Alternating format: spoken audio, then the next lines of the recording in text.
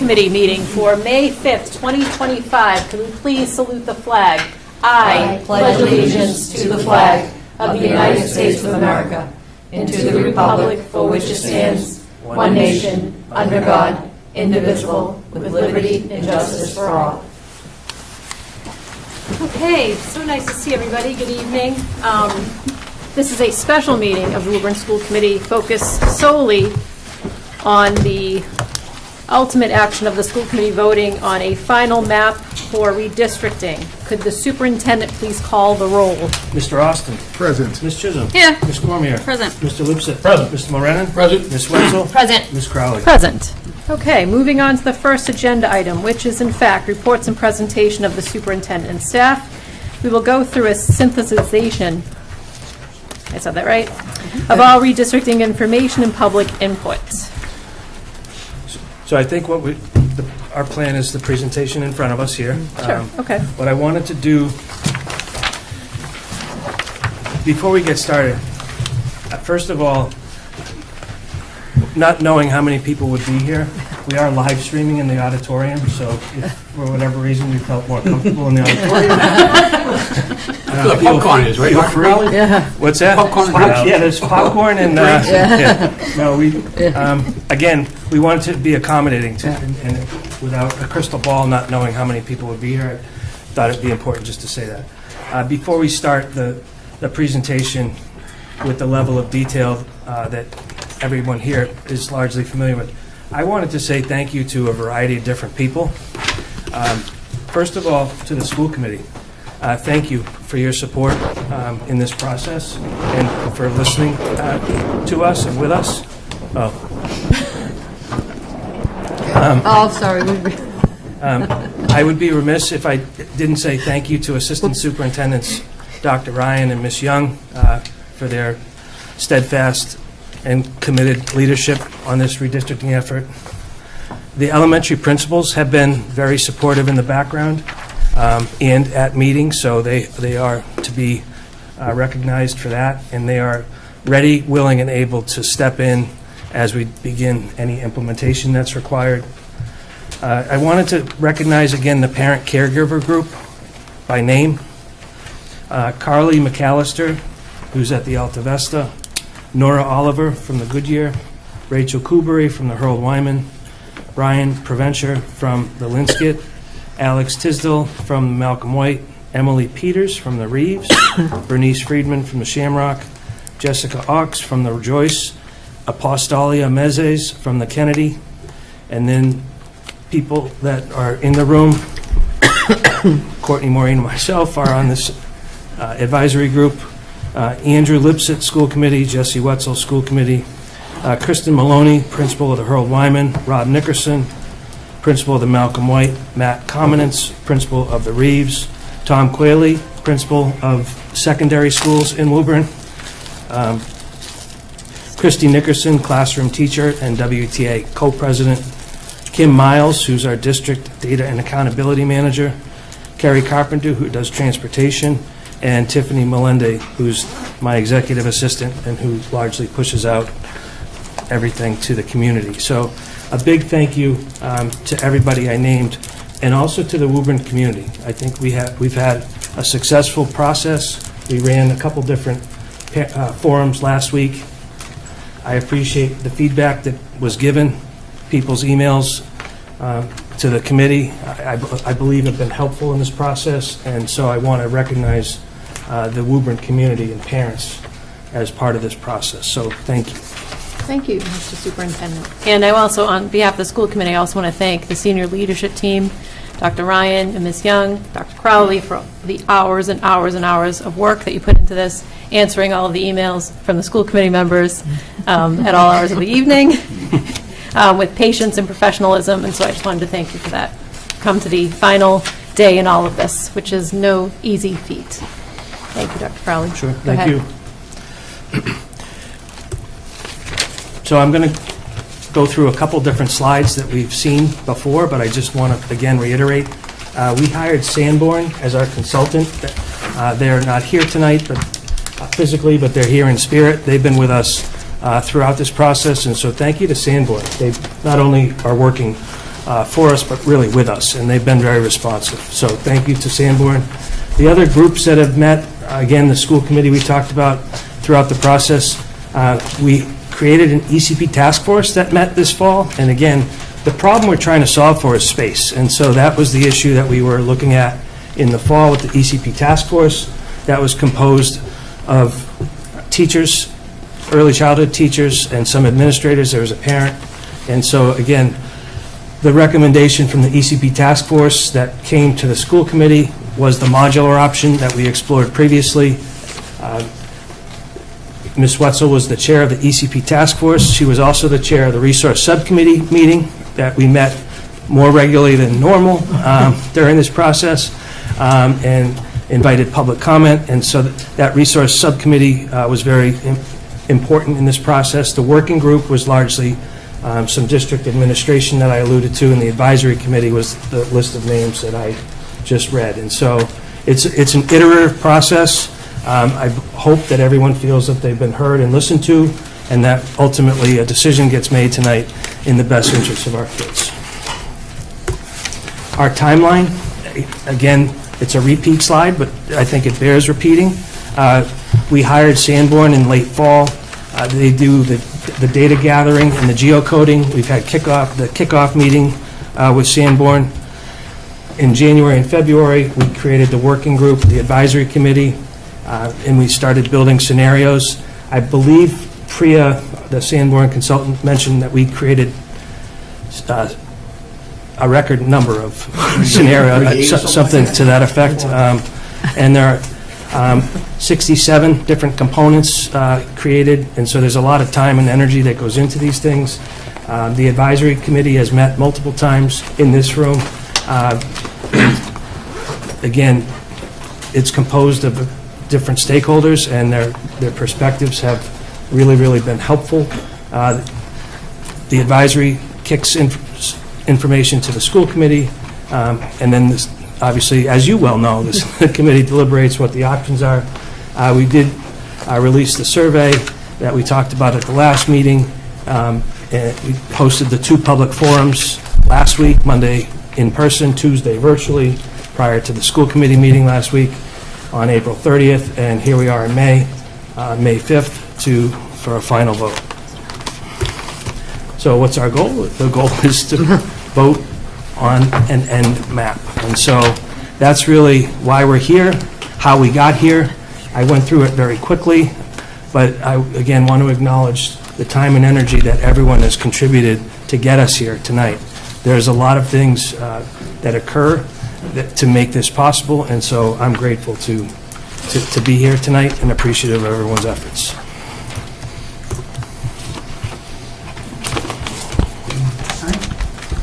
So this evening you have in your packet, and really I would say that we're primarily looking at the maps in this piece, because in terms of looking at the enrollment numbers, we're going to go off of the sheet that you have in front of you, which is based off of, and again, I'll go over kind of the parameters of how it was compiled, but this is what has all the students moved up and what it will look like for school opening September 2025 as of today.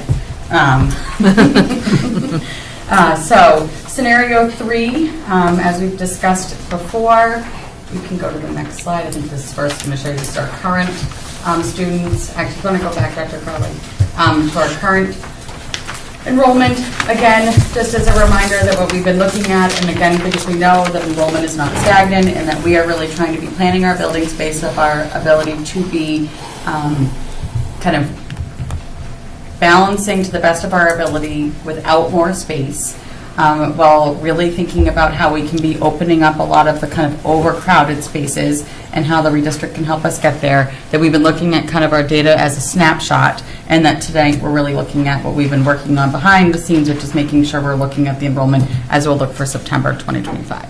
So this is our current districting, and then if you go to the next one, we're looking at the current district. The middle is the scenario 3 phased map and the end map.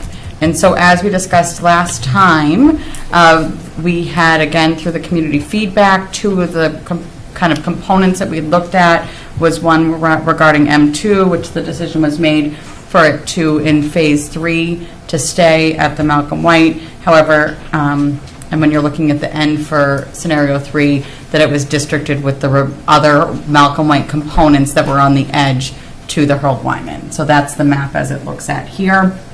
And then if you go to the next slide, you'll see again, here is our Scenario 3 end map.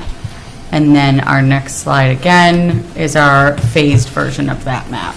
The other piece of it that I'll look at when we look at numbers was also the component that had 290 Mishawam, which had been previously redistricted, and under our commitment to not redistrict families more than one time, we have composed the numbers for those families to stay at the Goodyear, but that component remains as districted to the Alta Vista, as that any new enrollments would be enrolled to the Alta Vista.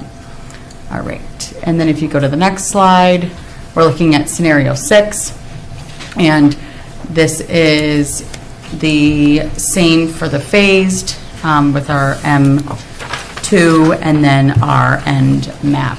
And again, as a reminder, Scenario 3 was based off of our hopes to be maintaining special education programs as is, specifically when we were looking at RISE 2, and that Scenario 3 map was really looking at the best map through our advisory group that we had felt like did kind of the best that we liked against our guiding principles.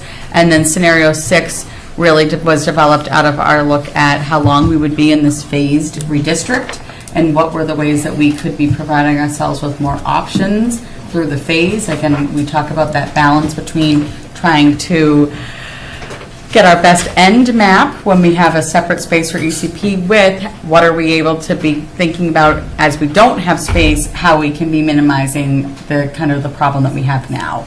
And so knowing and understanding that we were seeking to maintain the ECP between the Reeves and the Shamrock, that this provided us the ability to have a component that would move out of the phased approach with Scenario 6. All right. So then if we're going to, you can see N6 and then Phase 6. And I just want to make a note because I think that middle map doesn't have R2 moving, but it does if you go over. So this is our phase end Scenario 6. Next one, you're looking at Phase 6. There it is. Which alleviates the R2, which again was our big wave, where R2 would be moving in, so we'd be moving out as many as in R2, and also additional, which is why you see the larger movement at the top half of the Harold Wyman.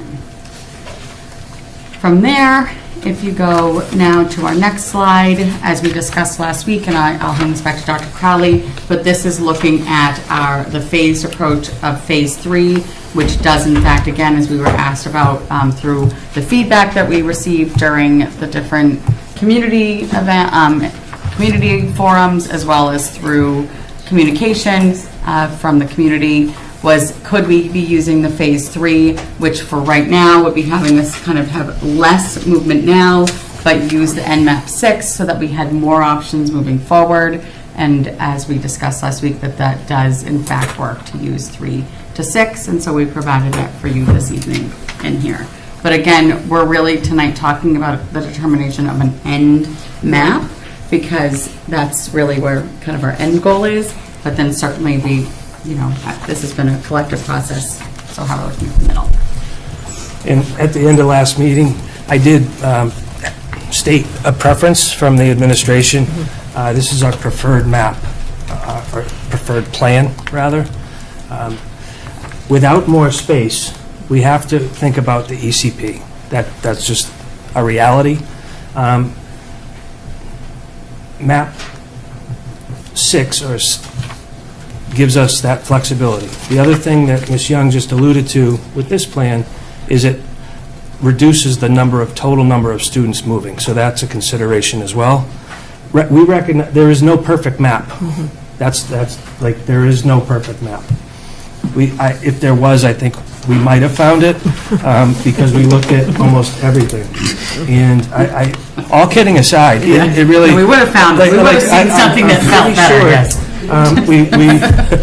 We tried, but without space, without a new building, without a place for students to go, this is the best I think that we can do for next September for all of our kids. And that's really why we articulated, or I articulated, the support for this idea. So, again, appreciative of the feedback generated too, because just because people have titles or positions doesn't mean we know certain things, so it's good to listen and kind of ponder on things and see what works best for kids. So appreciate everyone's voice in this process, but the reality is, though, that we do need to redistrict. We said it last year. We've been walking through schools every Friday. Some schools are really overcrowded and others are less, and I want kids to have all of the specials in the rooms that they need to have specials in. I want to make sure that we're accommodating for any potential future growth for the ECP, and I want to provide flexibility to the committee and to the community as we move forward with potential building project or new space somewhere. Thank you. So I will now turn to the numbers document that you have in front of you. And I think that, again, what I would state is that and I know Dr. Crowley already said it, we are not getting more space. We are just moving around to open up where we can. I think that one of the things that was said, I think, early on, especially in the process of deciding between kind of option 1, option 2, and these different parts, was that the phased approach was going to make things feel better. It was not going to make things feel like the best, going to feel done. Like, it was going to relieve pressure and recognizing that kind of doing it with one piece at a time, and that we would probably be doing, depending the timeline, depending when a new space came, that we might be doing more phases. And so kind of recognizing that while I think that we certainly are in a better place in September with this, I don't want it to seem that I think that this is the best. We are better, right? So if you look at the top, you'll see you have phase 3 chart, and on the left side, this is just looking at overall number of students per grade level. And again, your capacity, you're not really going to want to be looking too closely because this is just 1 through 5. This is not looking at our incoming kindergarten. Our incoming kindergarten, as we do every year at this time, is calculated based off of the typical number of K rooms that we have per building. So, for example, at the Alta Vista, we typically have 2 kindergarten classrooms, and so we look at it as 2 kindergarten classrooms. However, over the course of the entire summer, we are looking at the numbers, and we've opened up rooms as it has gone on. So that's something we're absolutely aware of. So again, and then on the right side, what you're looking at here is on the top, again, is the number of students, and then divided out by based off of what we use as our thresholds, the number of classrooms and what it would be for class size. However, also keeping in mind that we're looking at current in time, and so we are prepared in the instances where the numbers that we look at all summer long, that as we would have to open up rooms, if we would have to open them up. So you're looking, and if you go all the way over, you'll see again the total number of students based off of 1 through 5, and then what is an average class size based off of the numbers of classes. And in both phase 3 and phase 6, if you take the class sizes of all 7 building average and you find the average across them, they're 19.5 and 19.75. So I'd say they round both up to 20. All right. And then in these scenarios, what you're looking at is based off of the maps that we have. So any of the components move back. This is counting all rising 5th graders staying in their home school, which is why you'll see that the 5th grade number stays the same in both scenarios, because the 5th graders aren't moving. And then this counts 290 Mishawam going back, districted back to the Goodyear. This is looking at any of our students that are in temporary housing staying in home schools. This is siblings of special education students or program students. So for the most, this is really what we would anticipate of what it could or would look like as of today if we were to open up next September. Recognizing, of course, that there's many different reasons that students end up in different buildings across the community. And some of those are still being worked out from now until the end of the year. And so we look at enrollment, a lot. And in terms of special education programming, in phase 3, we are looking at Rise 2 would maintain 2 classrooms at the Shamrock with the remaining at the Harold Wyman. And the ECPs having the same split that they do now between the Shamrock and the Reeves. And again, we work this out with the building principals. That's what it is as of today.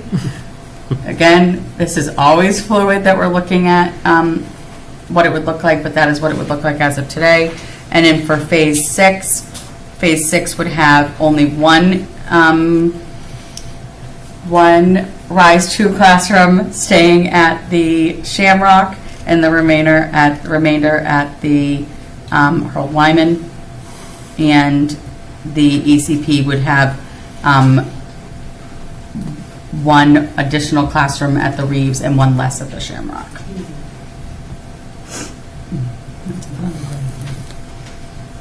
Yeah.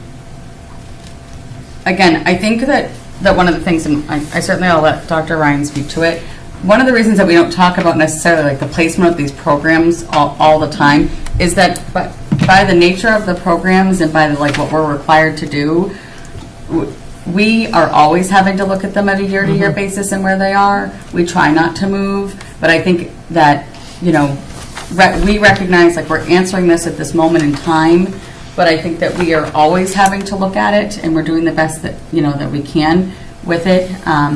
But again, without more space, we are very used to looking at these kind of the programs, especially the ECP year to year. And so again, this is what it would look like right now. But we have conversations related to if there are additional rooms or bubble rooms that go in, those things can fluctuate. Like that's just the nature of the fact that we're changing. But this is what it would look like as of right now. I think it's important to reiterate at this point that the committee does not approve the change of a program or where it would go. Otherwise, we'd be completely bottlenecking the special education system in Woburn. So it's very important that that's done by administration and the school committee doesn't endorse or approve or even review. It's just what's best for the children in those programs, and that's what dictates the placement of these programs. So it's part of this larger conversation for the purposes of redistricting, because this committee had a priority to hold the programs where they are, but moving forward will not be part of a public conversation. Thank you. Just wanted to reiterate that. So before I go into the next part of this, which is really about implementation, I think it probably makes sense to stop and answer questions about the maps and the numbers. Okay. So why don't the committee can ask questions, and then we'll open up for public comment, and then we'll vote and talk about implementation. Does that make sense to administration and the committee? Yeah, I mean, I think Or did you predict something else? No, I think that's fine. Everyone's had access to the implementation plan since last meeting, and we sent it out, and the only change that was made to that was we did add an afternoon tour before the 23rd, which is next Tuesday. And again, you don't need to attend all of them, but it was just an additional one across any buildings. But otherwise, everything else is the same. Okay. Yes, of course. Just briefly, there's nothing in the implementation plan that's dependent on the plan that we choose. No. Correct? Okay. No, I have plans with, we met with the building administrators last Friday afternoon, and we went through the implementation plan based off of a 3 or a 6. And so again, 3 impacts less buildings and 6 more, so we have it planned for both. I just wanted to clarify that nothing in the implementation plan might affect a vote that we take. So thank you. Thank you, Mr. Lips. That was a good question. Okay, so if the committee has any, I know we've been living with these maps like a roommate, like they have an extra seat at this table, but is there any clarifying the questions that the committee wants to ask prior to public participation? Yes, Ms. Wetzel. Hi. Just one quick question with sort of a follow-up question, but I know that there could be, with the phase options, other phases, as you discussed, Ms. Young. If there were to be another phase, when does admin predict families would know so they can begin preparation? Sure. So one of the things that we've talked about, and I'm trying to think about this process in phases. So we go through, we vote on tonight, Monday, I was going to say we vote on Monday night, we vote tonight, and then tomorrow we begin the process as we'll go through the implementation plan of notifying families. And I think the priority right now for administration in the school district and school administration is to be having the impacted families right now kind of serving to the best of their transition between now and the end of this school year, recognizing that that's kind of our priority. However, during that time, I anticipate us, and again, I would imagine probably with the resource subcommittee, putting together what would be a kind of a transparent, kind of community-facing document that would discuss what is the timeline for how any other phases would happen now that we have an end map. And I think that part of that's going to be like, this is the end date that we would make that determination. This is kind of how it would go from there. I think the other piece of that is also discussing how gray lines work, kind of all of those. And I think that that is what I would envision as kind of our next step. But again, I think that what we've been really focused on is kind of getting this piece settled, making sure we transition these students while school is in session, which is what is the most important part for us, and then recognizing that we need to do that. I do think that I think it's a bigger conversation in terms of when we think the right time is, but I certainly think that it would be earlier in the year than May 5th. Yes, would be my hope.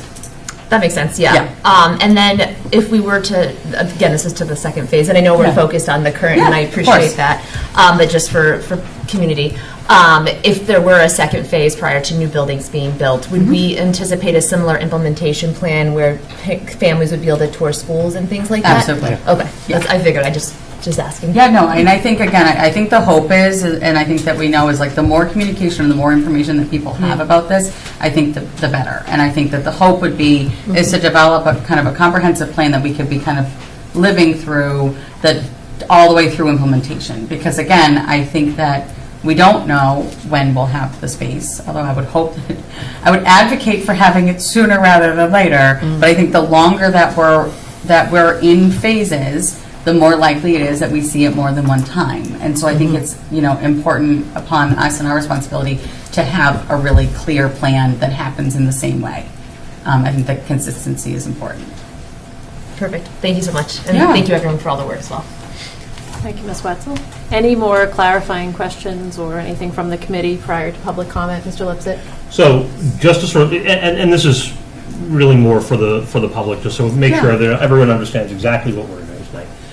Our vote, and correct me if I'm wrong here, our vote is on the end map. We are choosing between an end map of either scenario 3 or scenario 6. The committee could choose to endorse an end for, in this case, this would have to be if we voted for scenario 6, but a phase with the phase 3 map that would lead into that end 6 map. But our job tonight is to vote on an end map, and then we can discuss and potentially make a recommendation toward phase approach.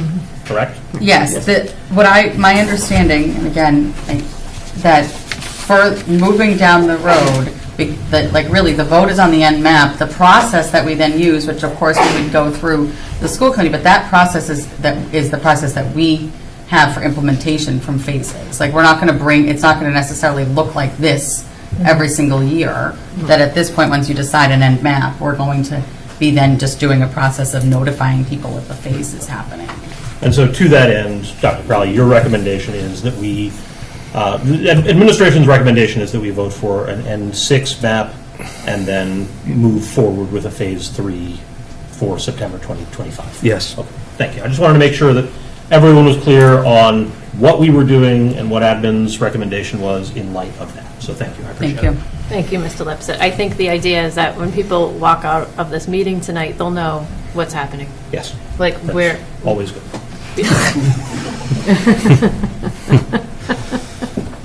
it always is good. We always know what's happening. Okay. No further ado, is there anybody in the audience that would like to come and speak to the committee about redistricting? I'll open it up for public participation. I'll accept a motion to waive the 3-minute timeline, given the fact that it's public participation on one particular topic. So moved. moved, a second. Second. Any discussion on that motion? All in favor? The motion passes. You can now. This is public participation for redistricting. You are being recorded. You don't have a 3-minute timeline, but anything you say is being recorded, and please refrain from any direct attacks of the... Thank you so much. I'll be quick. I just wanted to clarify something. Of course. First, my name is Bernice Friedman. I'm the Shamrock School redistricting rep. Just want to clarify between page 11 and 13, the middle map on page 11 shows G10, not part of the Shamrock. I know, I noticed when I was speaking. So that's all I just wanted to clarify to make sure people understand that on phase 1, scenario 6, the students in G10 would go to the Shamrock. Thank you. Thank you very much. I can't respond, so just tell me when you want me to talk. Right? I've been That's up fine. with the- The public comment is directed at redistricting, so if you want to clarify that, Ms. Young. I didn't want to speak if I wasn't supposed to No, that's respond fine. to the It's an public excellent comment. question. We should probably just nip it in the bud. Sure. I was waiting for someone to ask me, and then I would answer. Okay. Yes, I noticed when I was going through, I'm not sure, but the Phase 6, the big map is correct, if you want to go down. Go up. One more. No, where's the phase? Sorry, down. No, down. One more. One more. That's it. That is the Phase 6 scenario. That's Phase 1 of scenario 6. That is correct. And so just to clarify, there No. appears there are 2 changes between this and the one in the middle there, that is R2 and G10. Yes. Yes. Both of them. I will replace them just so that you can have for the record of this meeting, and then what would get pushed out to the community will be the corrected. Thank you. You're welcome. And do we need to take any action to make sure that we have the right, correct maps, or? We'll just vote that map when it comes time. Okay, all right. Page. But everyone understands what the correction was, or Yeah, I'd go off. just a The, clerical you're- error? if you go off the big maps. Yep. Just ignore the Go off the sequence big one. maps. Go off the Okay. big maps. All right. Everyone feel comfortable with Everything's that? big tonight. Okay, awesome. Big decision, big vote, big All map. right. We're good. Is there anybody else in the audience that would like to point out an error? I'm just kidding. That would like to come and speak to the committee tonight?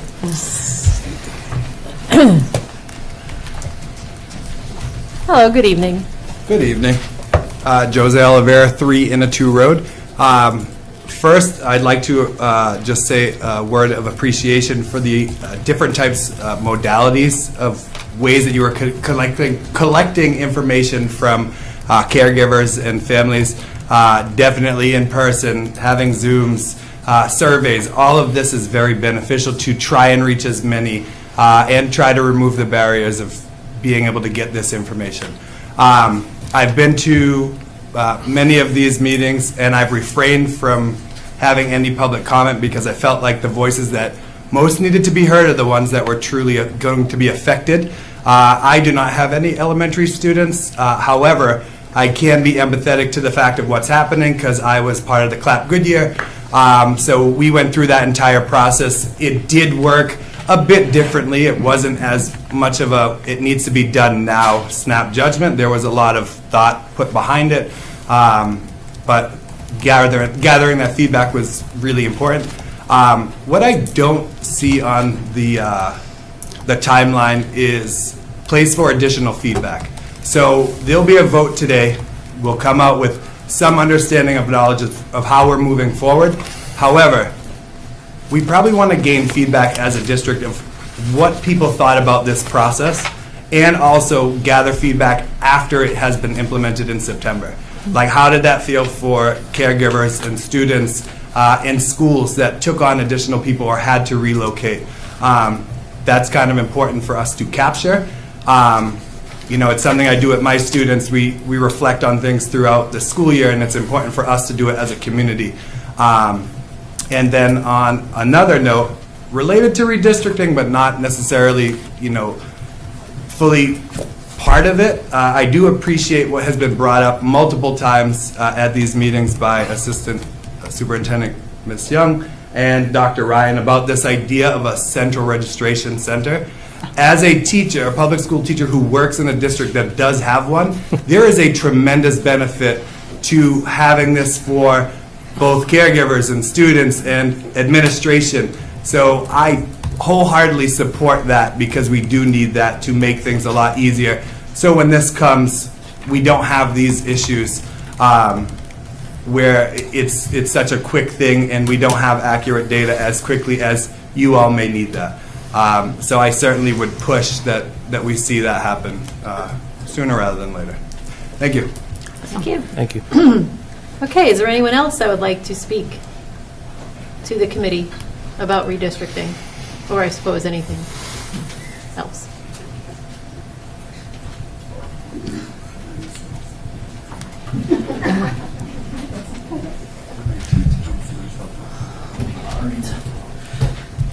Hello, Brian Preventure, 25 Rumford Park Ave. Been here a lot. First off, I just want to thank you all for giving us the chance to provide one last round of feedback, time to comment on these plans. I appreciate the real collaborative nature that this process has been, and I look forward to more collaboration on future public problems that we're having. I've spoken about the redistrict many times. I feel that the two proposed scenarios that we have are both excellent. They're almost equal in my eyes. The end maps, at least, there's really not much different to them. It's important, though, that we remember that these scenarios only work if we can go and find new space. So I think it's really important that once we get done with the redistricting, we immediately start on looking for new space, new buildings, coming up with new ideas there. While I feel that either NMAP is going to benefit the district, I do want to comment on the phased maps. Specifically, I want to first off by saying I appreciate how the Linscott and Alta Vista have been phased in. A4, being able to go to either school is really important. That gray line will help both schools hopefully stay at 12 classrooms each and not have to worry about too many bubble rooms. However, we do need a central registrar in order to make sure that that happens. I also want to put out there that in speaking with the teachers, they've noted that they've seen instruction start to increase in the hallways and in the stairwells this year, specifically at the Linscott. And it's just important that we continue to monitor that and we keep an eye on things and we talk with the teachers and see how they're utilizing the space and see what we can do to help them because hopefully this is what we're going through all of this is for, is to help all the teachers, all the students in the schools. I've also spoken before about the scenario 6 phase map. I'm very concerned about the capacity issues at both the Shamrock and the Malcolm White schools. I'm also concerned that with that phase map that I believe is on page 13, there's really no good second phase, or there doesn't seem to be an obvious way that we can then transition out of that phase map and then have other phases or move more students around if we really need space. So really, if we go and use that phased map, we're really looking at being in that scenario until a new ECP is built, which again could be anywhere from 5 to 10 years. As caregiver advisory rep for the Linscott, I have sat with several maps over the past 5 months. Hearing that the administration felt that scenario 6 appeared to be the better option, I was a little concerned just because I had the phase map it gives me nightmares at night. But so I tried to find a better way. I sat down with the maps, and after staring at it for quite a long time, I found that the scenario 3 phase map would work, and I talked with the other caregivers, and that's when we decided to write the letter to all of you. And so I just want to thank you very much for taking the time to look at that letter, to evaluate it, to run it through Sanborn. Using this scenario 3 phase map to achieve either goal, I think is going to be extremely beneficial to all of us here in Woburn. It's a great compromise, and I'm looking forward to hearing your thoughts and hearing your vote on it coming up.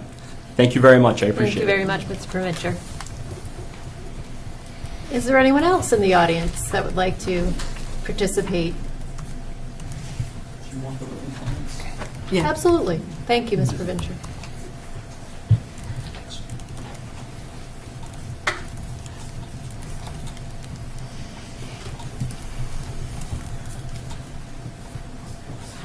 Hello. Hello. Okay. I'm Ashley Peterson at 20 Cranston Circle. Script. Okay. First, I want to thank you for your tireless dedication and thoughtful discussion around this very complex project. No matter what you choose, there will be impact, and I appreciate your willingness to explore deeply the options in collaboration with the community. For tonight's comment, I want to speak out for our students of color and our students whose families may be impacted directly or indirectly by the weekly, if not daily, news reports on deportations and the fear that that creates, and of course the stress. This comment is not a reflection of any individual school or its practices. It's more just a general reflection after looking through the school data, so I just wanted to make that clear. As I spoke about earlier in the spring, there's a direct correlation between a child's social emotional well-being and their academic success. Children who feel more connected, seen, valued, cared for, and understood are more likely to take academic risks, focus their attention, and build on feelings of success and competency in the classroom. According to the data posted on the DESE website, roughly between 30 to 52% of our students in the elementary schools are non-white, depending on what school you are looking at pre-redistricting. Per the elementary school data, between 5 and 14% of our students are Black, and between 14 and 28% of our students are Hispanic or Latino. This, of course, is not including Asian, Pacific Islander, Indigenous, or multi-race youth. Our teachers are fabulous, dedicated, and incredibly gifted at what they do, and yet I think it's important to point out that in our elementary schools, 99% of our staff is identified as white, again, per the DESE website. This means that up to 52% of our students may not have an adult who looks like them in a building. This data is important to point out when you are constructing and thinking about social emotional initiatives to support transitioning students, and especially the percentages of non-white students who may be impacted. Although I don't have the data on what percentage of students of color will be relocating, if any at all, their experiences moving may be vastly different than a white student. It is important that administrators, advisory committees, and educators consider the lived experiences of these youth, especially in today's society right now, and how it may differ from the adult lens, which will be creating the initiatives. Again, as I mentioned in a previous comment, children with social emotional needs who feel uncomfortable in a classroom are more likely to engage in behavioral or inattentive behaviors. Additionally, students of color and multilingual learners, for example, are more likely to be a product of a concept called the education debt, of which historically these learners are more likely to be systematically denied access to equal education. This is in part due to disproportionately over and underrepresenting their learning needs, as well as disciplinary or exclusionary practices to manage behavior.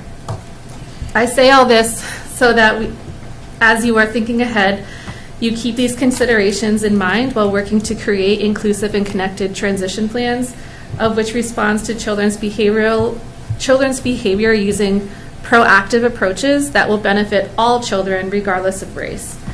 If you have not yet explored transformative SEL, which works alongside the CASEL framework, I would encourage you to consider these complementary tenets, which include identity development, belonging, collaborative problem solving, curiosity, and agency or feelings of empowerment. Thank you for the opportunity to share this perspective. Thank you. Is there anyone else in the audience that would like to come and speak before the committee? Thank you.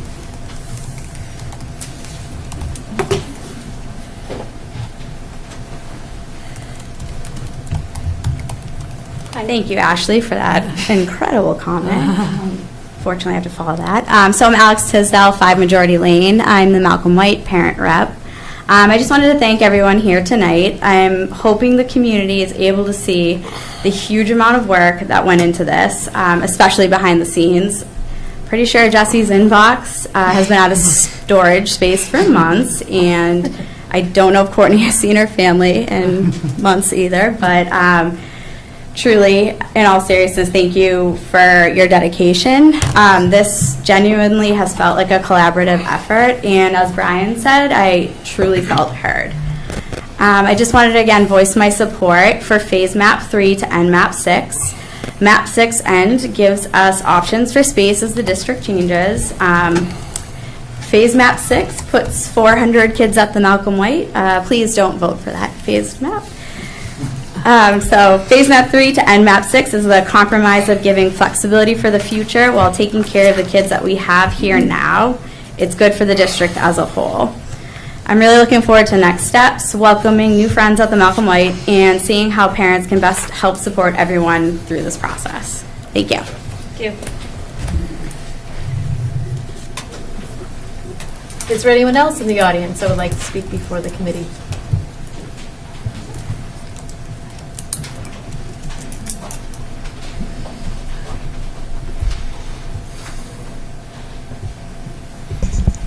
Hi, everybody. I'm Sarah Bergman-McCool over on Hinston Road, and I just wanted to come before you again this week and say thank you for doing the work that your school committee and the administration has been doing throughout this process to take in new information and new perspectives. And I really appreciated the work that went into the public forums last week to really try and provide questions and answers, as well as invite new questions to be asked at that meeting and then following up after that. I was happy to see what was discussed at the meeting last week on 4:30, and I'm very happy to see that we're discussing keeping all of the components near neighborhood components going forward. That's meaningful to my street and my neighbors, but I think it's also a wise choice for the district, and so I really just wanted to say thank you for incorporating that new data in and making improved maps to discuss and vote on tonight. And again, I really appreciate the proposal that was put forward by the advisory committee about using the Phase 3 to end Map 6. I think that really provides a lot of latitude for the district to be able to make choices going forward. And so that certainly has my support as a community member. Thank you all. Thank you very much. Is there anyone else in the audience that would like to come and speak before the committee?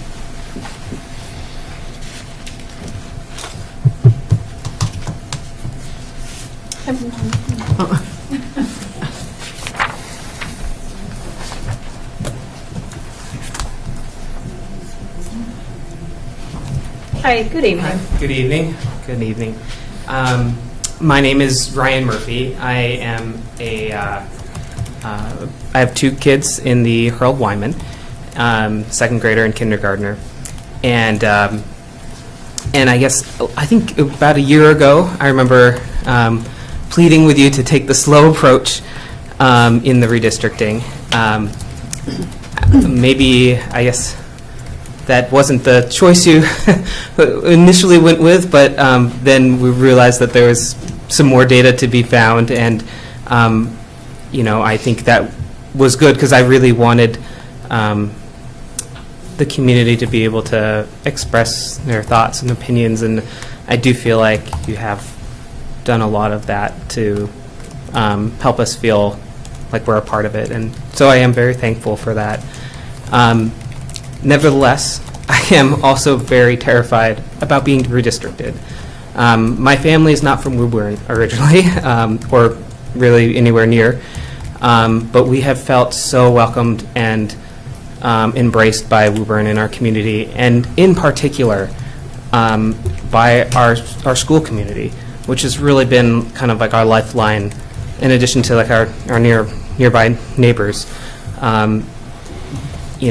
We have been so thankful to have had such a wonderful school community, to get to know not only the teachers and the administrators, but the other parents that have had their own connections, and as we meet them, we gain more. And we're in the H11 neighborhood, which is and mapped to Malcolm White, and I just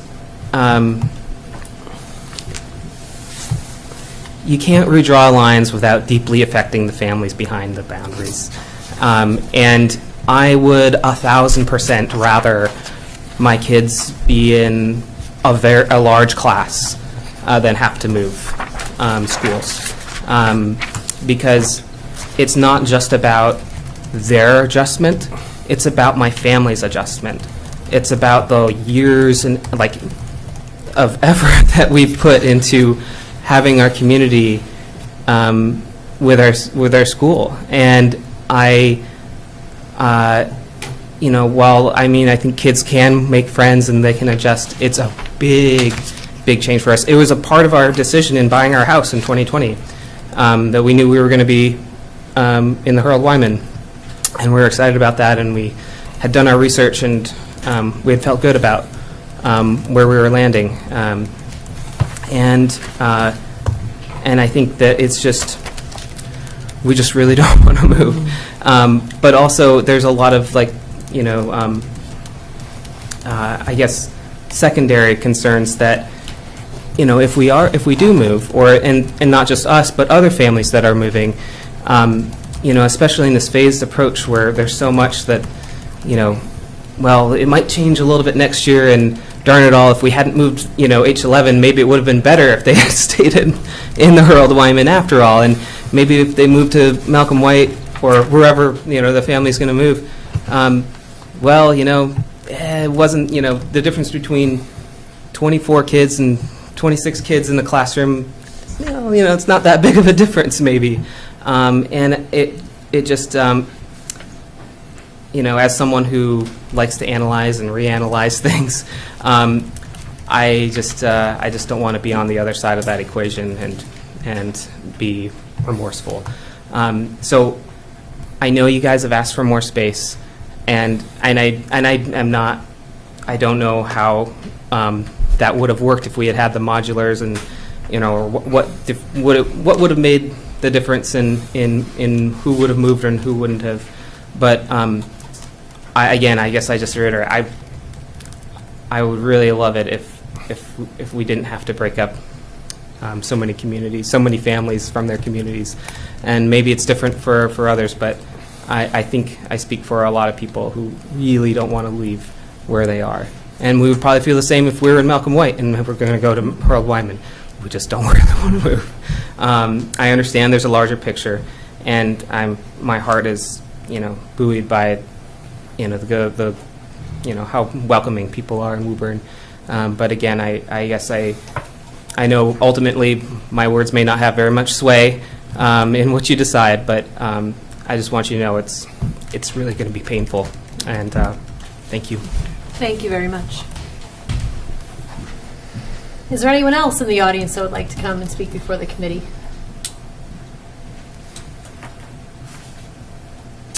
Okay.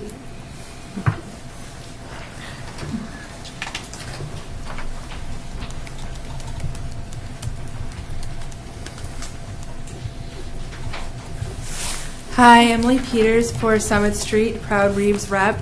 I just want to thank you so much for considering the proposal brought forth by the Parent Advisory Committee to work on NMAP 6 Phase 3 into that. I'm really grateful that that is being strongly considered.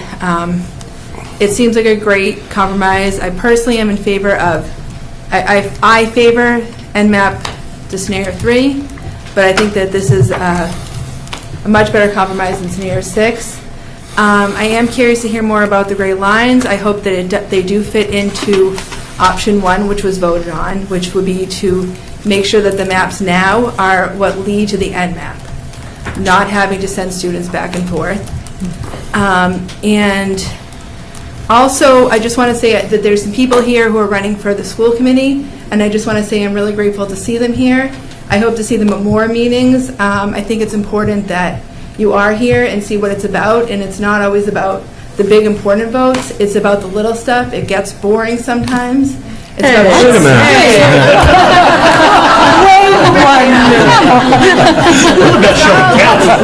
She hasn't been to policy. This is the life of the party. You kidding me? This is great. But yeah, it's not all glitz and glamour, so I just want to encourage everyone who is running for school committee to be here from now until November, see what it's like, make sure you want to do this, and I think it's important for the families of Woburn to pay attention to who shows up here. And that's all. Thanks, guys. Thank you very much. Is there anyone else in the audience that would like to come and speak before the committee? Could be more lively. Spice it up, Ellen, come on. Can you juggle? You know what it is, it's your subcommittee meetings. Anyone else? I'm seeing none. Okay, I'm going to close public participation, unless anyone, you know, we can always suspend the rules. No, we're good. So moved. I want to, for the record, I have these emails. These are condensed. It's a printout from a Excel spreadsheet that Jesse Wetzel has created. So it's all the emails that we received since September 25th, 2024 on redistricting. So I would like to have a motion to move these into the public record. So moved, Madam Chair. Second. And so, any discussion on that motion? No. All in favor? Aye. All right, the motion passes. These are in the public record. What I'm going to do is create a binder so everyone can read what everyone else wrote. For the record, I did get emails that people wanted me to not read, but just mention that we got some emails from H11, from the component of H11, being basically against scenario 3 because it only moves a very small number of children at once. And so the idea was that, you know, it's too small a move. And so I said that I would reiterate that in the public meeting. So that being said, we can move on. So if anyone wants to read these emails and see what anyone else wrote, we'll publish it, we'll make a binder out of them, and then we can see what the school committee saw for emails. Mr. Can I just clarify, have student names or other Well, they were written to us for the public record. That's fine. But I can go, that's an excellent question. I'll go through them and make sure that there's not student names. Usually I can pick up on that. there was. I don't remember. just in case, I mean, I know that last year we did receive a few that included student names. I Yeah. don't necessarily want those out. That's a great point. Okay, so I will go through them, make sure that those names are redacted, and then I'll put them in a binder. Thank you. All right, thank you, Mr. Lipton. All right, so moving on to the maps. Do we want to talk about them map by map, or how would the committee like to proceed? Make a motion. Can I make a motion that we adopt end map scenario 6? Okay, I have a motion.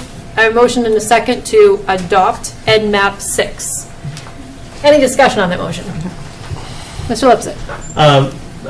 So I'll speak in favor of the motion. I mean, when I first saw scenario 6 in an advisory committee meeting, it jumped out to me as probably the best end map option for a variety of reasons.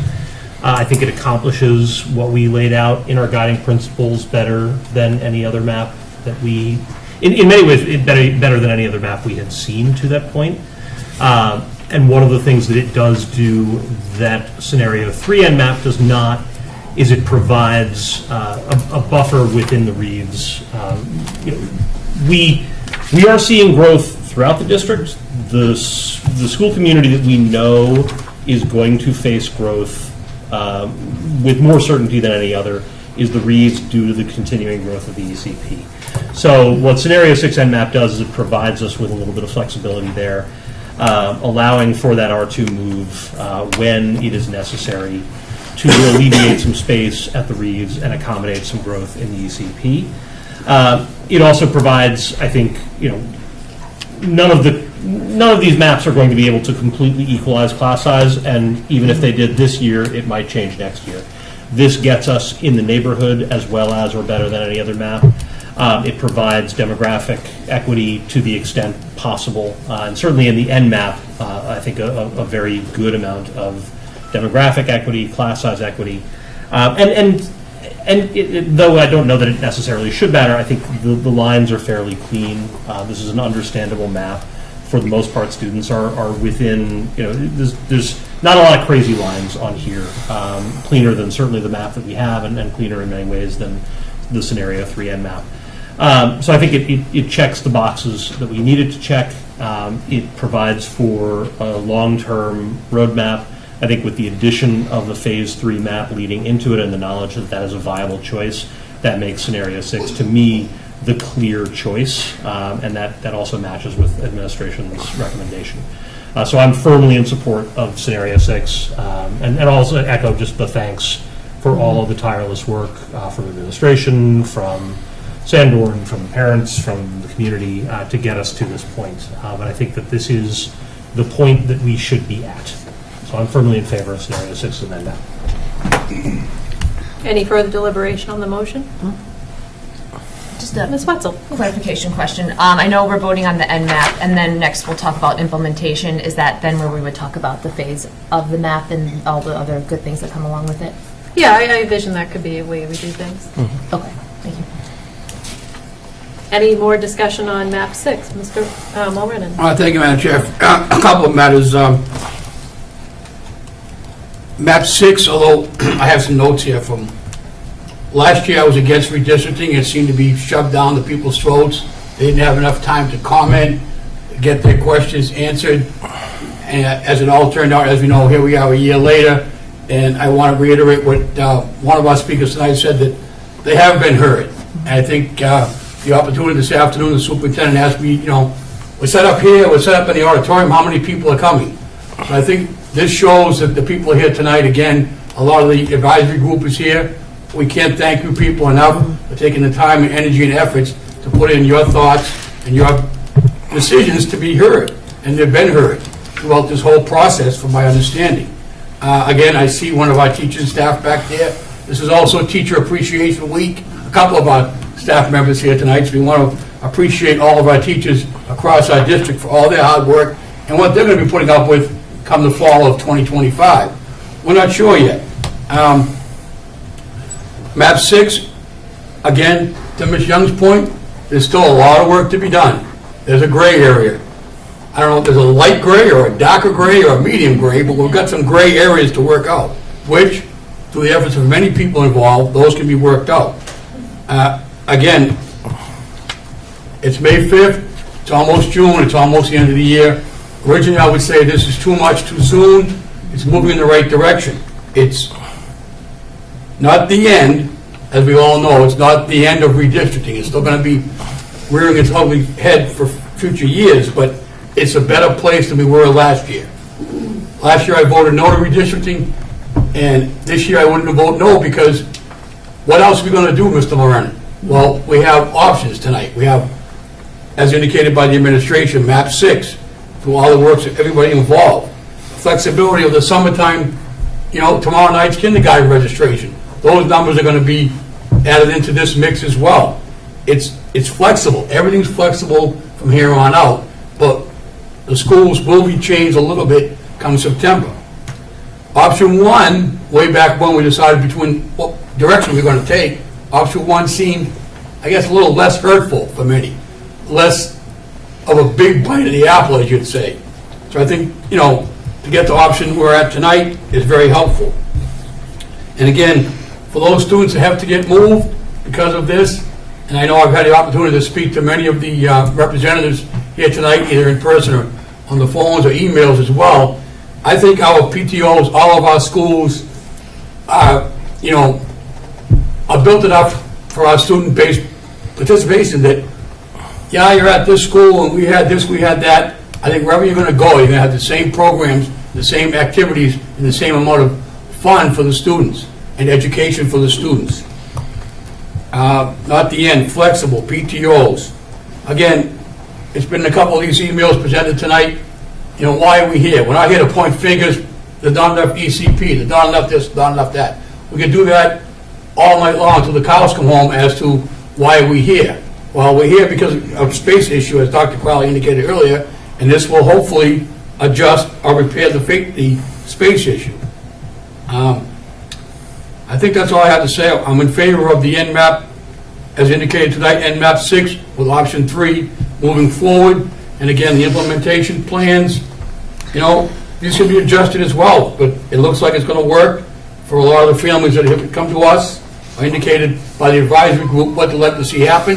If you see something else, obviously, let the committee know from Chairman Crowley, or perhaps the administration as well, that was something we might have forgot.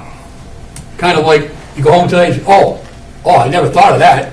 Let them know that. You can still work things out and be very flexible moving forward come September. But I think I'm in favor of this tonight, and I can't wait to see the great programs ahead for September of 2025 in our school system. Thank you, Madam Chair. Thank you, Ms. Mulrennan. Any more deliberation on the motion? I think I'll speak on it, Pat. Yeah, just pass that down. I see where, well, I'll wait till you. Could I be recognized, Madam Chair? Yeah. Yep, I see you there. I'm also in favor of MAP 6. I really have been since I saw it. I like the regionalization of West Woburn being either a Harold-Wyman district or a Reeves, so I like where that's going. I also like the tightness of the Shamrock, the lines of the Shamrock. I think that's a very good thing as well. And overall, I just feel like this is a better map for Woburn and more efficient. I worry about West Woburn, and what I want to say about West Woburn is that it can't be the problem with the ECP and the space capacity issues. We can't really redistrict out of them. We really need square footage.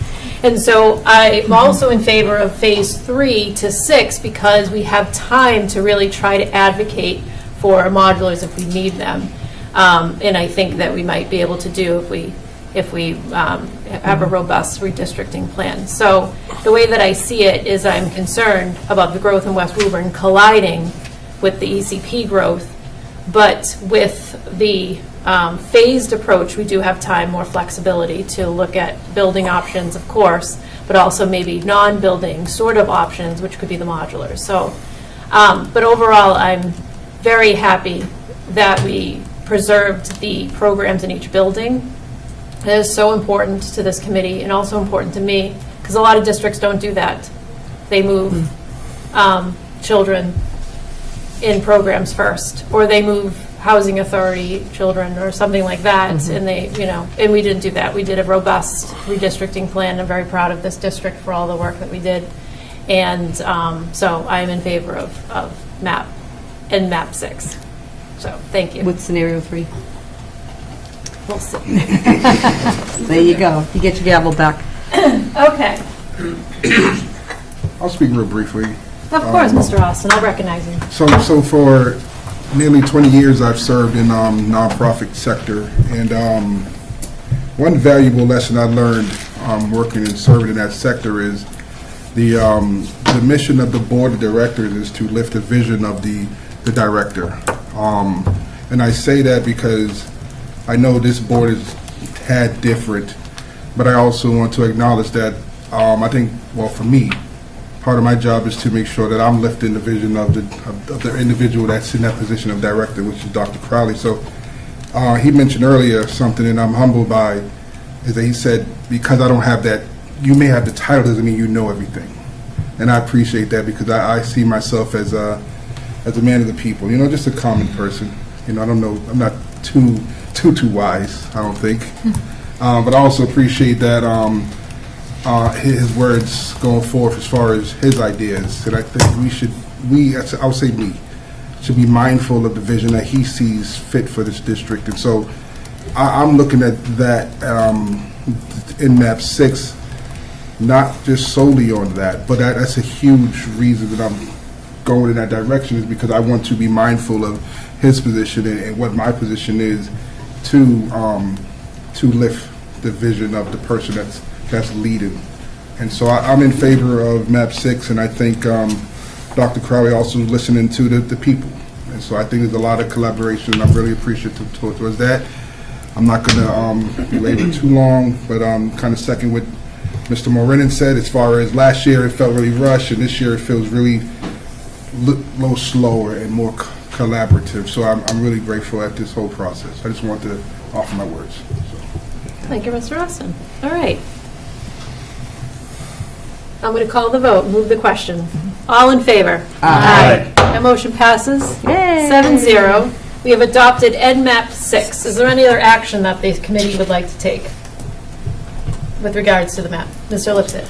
I'd like to make a motion that we, how am I going to phrase this exactly, that we encourage administration to approach an NMAP 6 with a phased MAP 3 approach. Our job as this board is to I've made a motion. Yeah, okay. Sometimes less is best. Now I'm going to speak. Mr. Lester, would you like to be recognized on your motion? Yeah, so just to clarify, and so the public understands why my motion is not to adopt a Phase 3 map. Our job as this board is to adopt new district lines for the district based on the work of the superintendent and staff, and we have done that as we adopted our Scenario 6N map. The implementation of that includes, in this case, a phased approach to getting to that map. But as we have heard administration say, and as we've discussed, the Phase 3 map leading, as a first step leading towards that Scenario 6N map, seems to fit a lot of what our community needs, seems to fit the flexibility that we need, and minimizes disruption in key ways.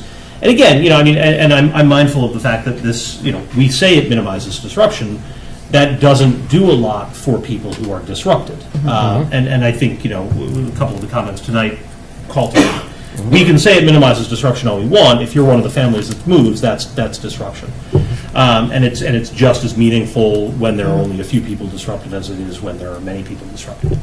At the same time, I think that we have to, as a board, look at the larger picture here. And while we are keeping in mind the individual struggles that this may create, and I know that the administration is going to brief us on the plans to do everything that we can to make that transition easier for families, we need to take a look at what the best approach is, and to me, that is the Phase 3 map. So my motion is basically to recommend that administration pursues a Phase 3 map as a first step towards a Scenario 6N map.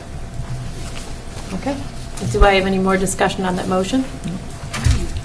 All right, move the question. All in favor? Aye. The motion passes.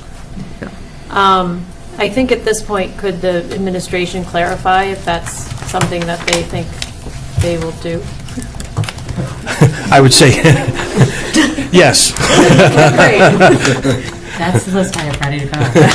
Okay, so we could officially announce, despite not being a school committee vote, that we are taking EdMap 6 Yes. as the EdMap and using 3 to get to 6. Yes. Okay. We have both ready, but Yep. I Okay. think we are ready to use Phase 3. Great. Sure. So to go through implementation, again, we went over this last week. Oh, sorry, if you want to go back, just as a reminder, that, sorry, back again, that, forward, there we go. I'm just That's How excited. exciting it is, it's so exciting. Yeah, right. A reminder that any rising fifth graders at this point in time, that they made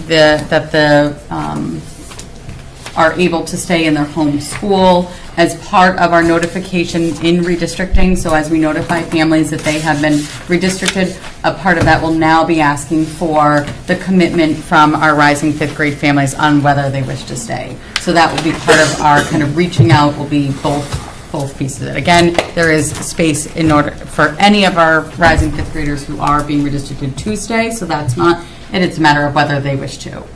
Next, if we go to this week, and the hope is earlier in the week as we can, I will be meeting with the elementary administration this week to kind of confirm names. So really on our end, it's just making sure that we kind of have everything, our ducks in a row before it gets pushed out to the community. But the plan is this week, there will be a notification sent out to any of our families who are being redistricted and asking for confirmation that they receive notification of this. And again, if this is we hear from everybody, so if you don't respond, we will be reaching out to families to make sure that they are aware. And part of this will also be providing the date of the visit to the new school. That will be provided to those families, as well as signing permission to attend. The redistricting website will be updated, as well as it does have resources on how to talk to your child about redistricting if you wish to have those, as well as the final map will be published, and we'll make sure that that's kind of front and center.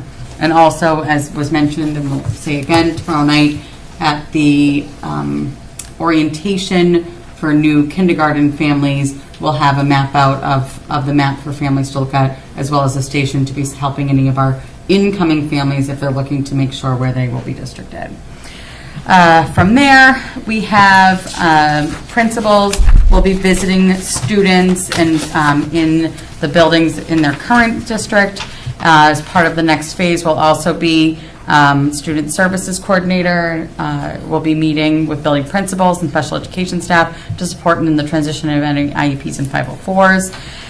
We will have on Tuesday, May 13th, so right after school, the buildings will be open for a walkabout. I say that because that the kind of more formalized tours will be set for the half day on the 23rd, as well as the building visits. But the buildings will be opened for walkabouts on May 13th, and of course the principals will be there and some staff. But as it's after school, you may not have like the full tour. Depends how many are there, but.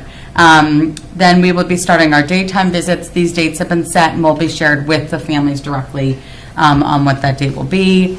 And then again, we will have on the half day, the 23rd, the building will be open. What I will say is like an overall, and we've met with the elementary administration last Friday, and any of our buildings that are accepting new students, our elementary principals will be accommodating to whatever you need. If you can't make one of the tour dates or your child doesn't want, for any reason that the tour time doesn't work out, just reach out to the building administrator and they will make sure that they accommodate whatever you need. So this is really kind of just to like support in the overarching and whatever kind of different times and availability. But if these don't work and you need something else, please reach out and we want to make this as easy as possible. Our new families will be added to the SWORE newsletters to get notifications. This is a great time of year in the sense that we have a lot of things going on in our buildings, and so we encourage families to please feel free to join in to anything in their new buildings. And then again, on the half day on the 23rd, and all of our buildings will have, our school adjustment counselors will be staying in our buildings. We're going to have a lot of our key staff available. And then again, at the end of the school year, or end of the summer, we'll have our kind of popsicles on the playground for families. June 6th, which was on the bottom of the previous, that time is a half day that we use at the elementary level for kind of class placements and transitions for the next school year. And so we will be providing time for any of our buildings that are going to be sharing, students will be transitioning so that class lists can be created with the with the homeschool teachers as well as into the new grade levels, and they'll be able to also think about specific and strategic grouping for students and families to ensure that that transition goes as smoothly as possible.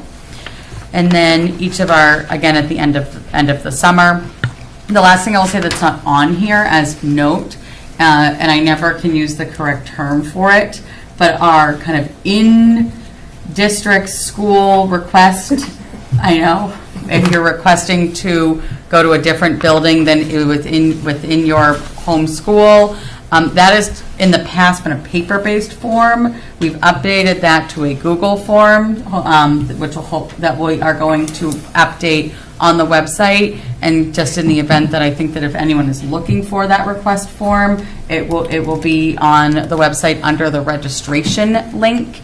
And if it's not up today, it should be up by first thing tomorrow morning. But again, if anyone fills out the paper form, we certainly will take the paper form, but just so that kind of for notification, that's been transitioned to a Google form that we're hoping to utilize and ease amongst buildings. With that said, that process has been and always has been and kind of has been that that form will be filled out and the answers for those are typically not made until the end of August.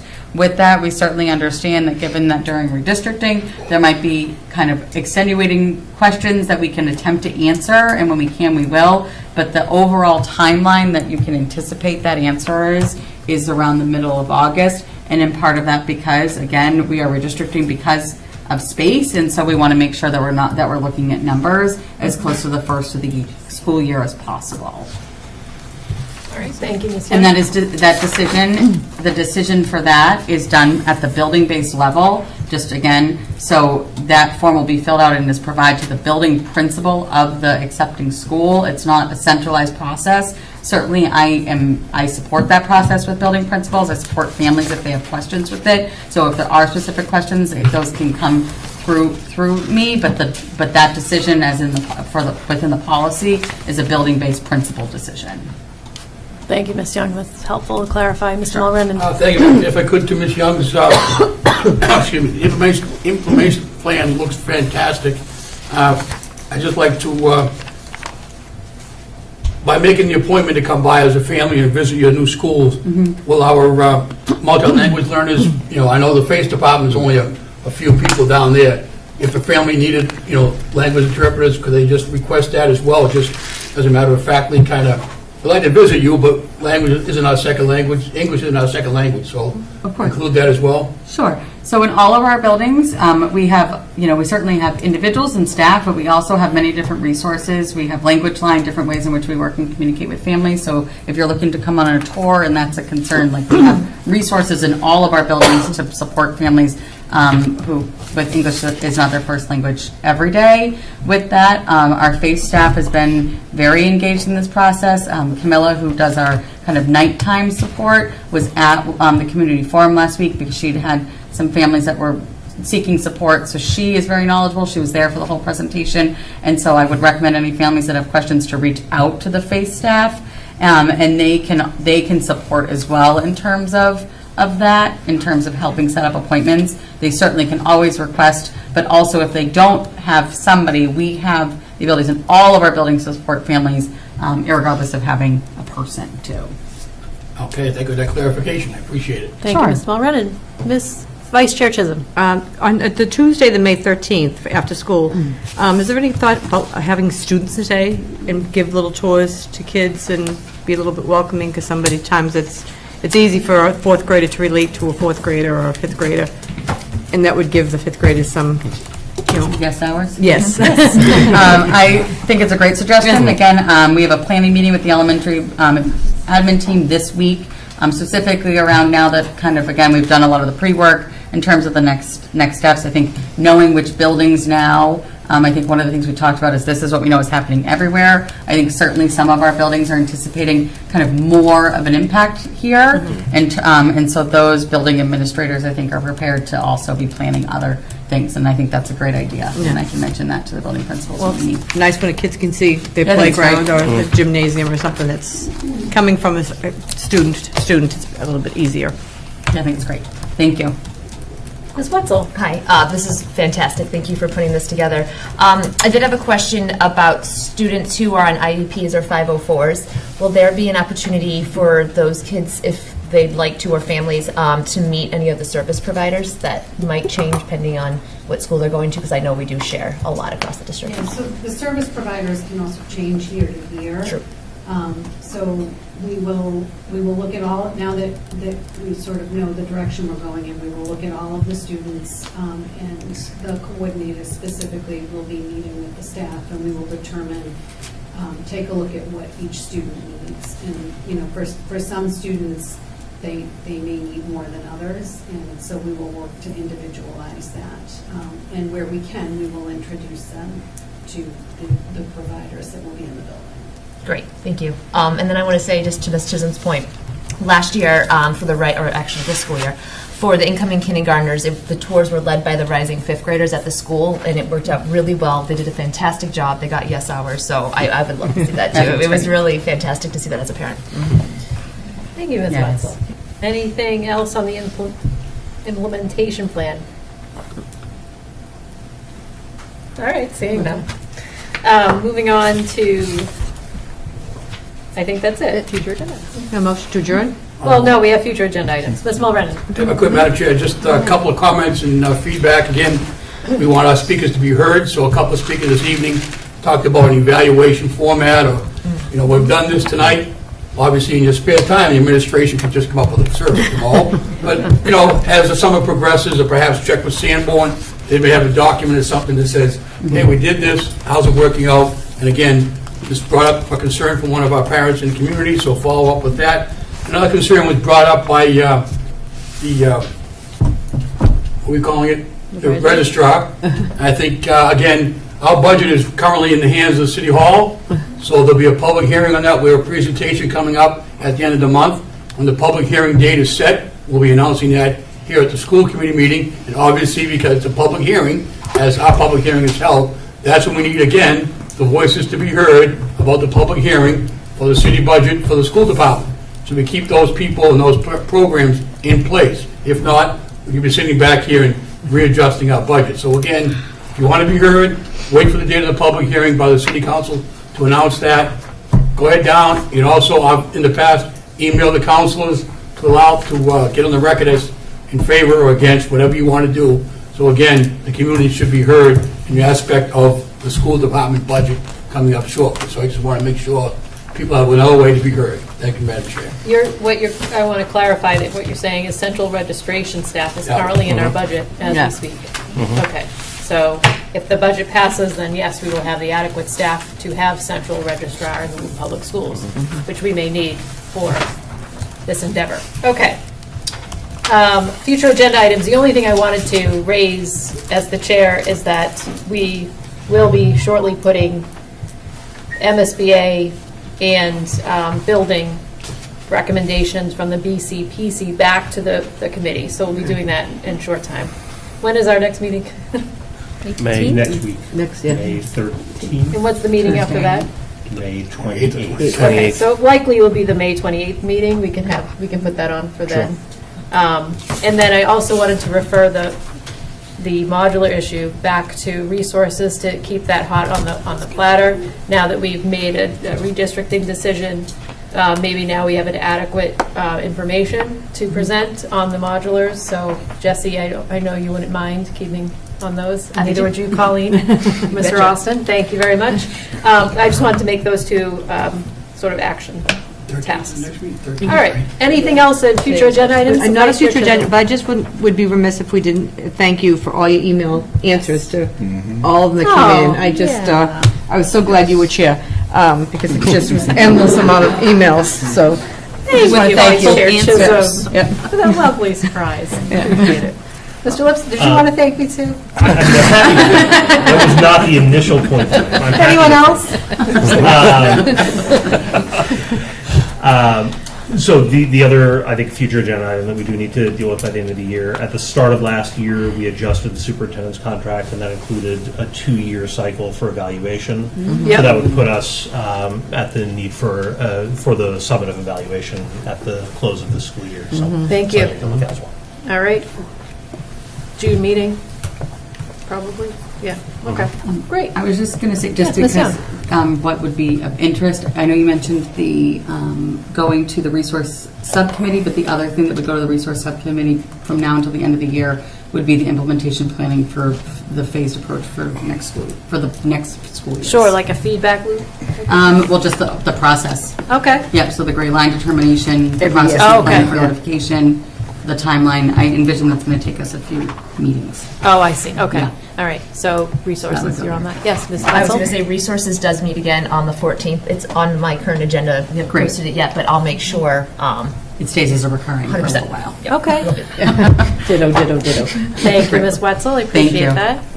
All right, any further action? Motion to adjourn. Motion to adjourn? Second. All in favor? Aye. Meeting's adjourned. 8:30.